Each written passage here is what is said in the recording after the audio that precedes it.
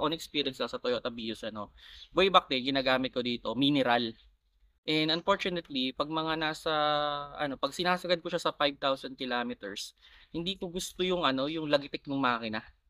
Lalo na sa pag-start, hindi ko gusto, eh. So, then 'pag dine-drain ko, hindi ko rin gusto yung pagka-drain niya, parang malabnaw ay malapot masyado. So, ang ginawa ko ito, idea lang sa mga ganito, bibili ng ganito. Kahit fully synthetic 'to, huwag niyong sasagarin ng, 10,000 kilometers. So, pinaka-safe nito, ako ginagawa ko siyempre para maproteksyonan na rin yung sasakyan ko, mga 5,000 to 6,000 pinapalitan ko na 'to, okey? So, siguro sa'kin, kung i-a-advice ko sa inyo kung ito man yung pipiliin ninyo, at least mga ano lang, siguro mga 7,000 kilometers.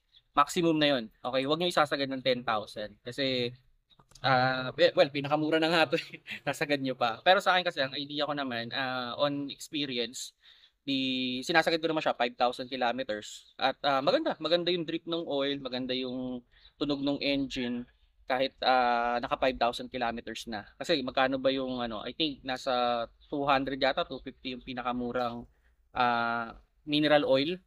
Eh, ito halos 1,000, 250 sabihin natin 250 lang din ang per liter, 4 na litro. So, okey na, enough.